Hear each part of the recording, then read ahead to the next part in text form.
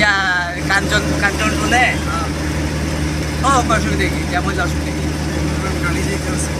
সমস্যা নাই।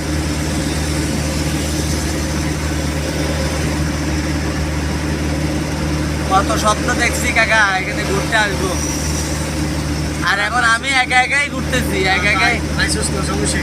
ওই যে আসার সে তো আর আসে নাই।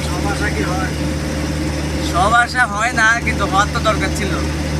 যাকে নিয়ে গেলে সবসময় ঘুরতে আসার কথা, যে সবসময় বলতো যে 300 ফিট যাবো 300 ফিট যাবো 300 ফিট যাবো, কত যে বলছে। এখন মানে এটা কি আমার ভাগ্যে না, ওর ভাগ্যে নাই যে 300 ফিট ঘুরতে আসা ওর ভাগ্যে নাই।